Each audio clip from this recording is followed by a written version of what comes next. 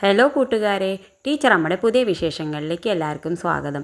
ഇന്നത്തെ എപ്പിസോഡിൽ നമ്മൾ കാണാൻ പോകുന്നത് ടീച്ചർ അമ്മയ്ക്ക് ഈ റൂമിൻ്റെ ഉള്ളിലിരുന്നിട്ട് ടീച്ചർ അമ്മയ്ക്ക് മടുക്കുക കേട്ടോ. അപ്പോൾ ടീച്ചർ അമ്മയ്ക്ക് ഒന്ന് പുറത്തൊക്കെ ചുറ്റി കാണണം, പുറത്തത്തെ നല്ല ശ്വാസമൊക്കെ ഒന്ന് കിട്ടണം എന്നൊക്കെ തോന്നിയിട്ട് ടീച്ചർ അമ്മയ്ക്ക് പുറത്ത് പോകാനുള്ള ഒരു ആഗ്രഹം തോന്നുന്നു. അപ്പോൾ അവൾ കനിയോട് പറയുകയാണ്. അപ്പോൾ കനി പറയേണ്ട എന്നാൽ ടീച്ചർമ്മ ക്ഷമിക്കും, ഞാൻ അതിനൊക്കെയുള്ള വഴി ആക്കി തരാമെന്നൊക്കെ പറഞ്ഞിട്ട് അവൾ ഒരു ഡ്രസ്സ് കൊണ്ടുവരുന്നുണ്ട്, പർദ്ദ കൊണ്ടുവരുന്നുണ്ട് കേട്ടോ. മുഴുവൻ മൂടാനുള്ളത് കൊണ്ടുവരുന്നുണ്ട്, ആർക്കും അറിയാതിരിക്കാൻ വേണ്ടിയിട്ട് പർദ്ദ പോലെയുള്ള ഒരു ഡ്രസ്സ് കൊണ്ടുവരുന്നുണ്ട് കേട്ടോ.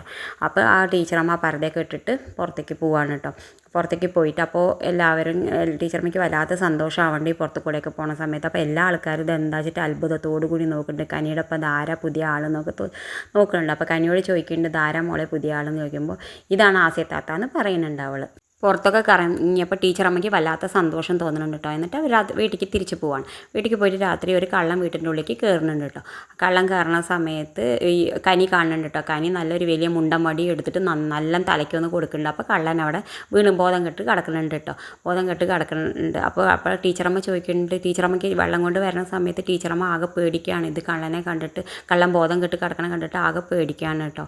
അപ്പോൾ നാട്ടുകാരൊക്കെ ഓടി വരുന്നുണ്ട്. പിറ്റേ ദിവസം രാവിലെ പോലീസൊക്കെ എന്നൊക്കെ അറിയിച്ചിട്ട് നാട്ടുകാരൊക്കെ ഓടി വരുന്നുണ്ട്. ഇനി നമുക്ക് വരും എപ്പിസോഡിൽ കണ്ടറിയാം കള്ളൻ മരിച്ചോ അതോ കള്ളൻ ജീവിച്ചിരിപ്പുണ്ടോ എന്നൊക്കെ ഇനി വരുന്ന എപ്പിസോഡിൽ നമുക്ക് കണ്ടറിയാം. ഇതുപോലെയുള്ള ടീച്ചർ അമ്മയുടെ പുതിയ വിശേഷങ്ങൾ നിങ്ങളുടെ മുന്നിൽ എളുപ്പത്തിലെത്താൻ ഈ ചാനലൊന്ന് സബ്സ്ക്രൈബ് ചെയ്യാൻ മറക്കരുത്.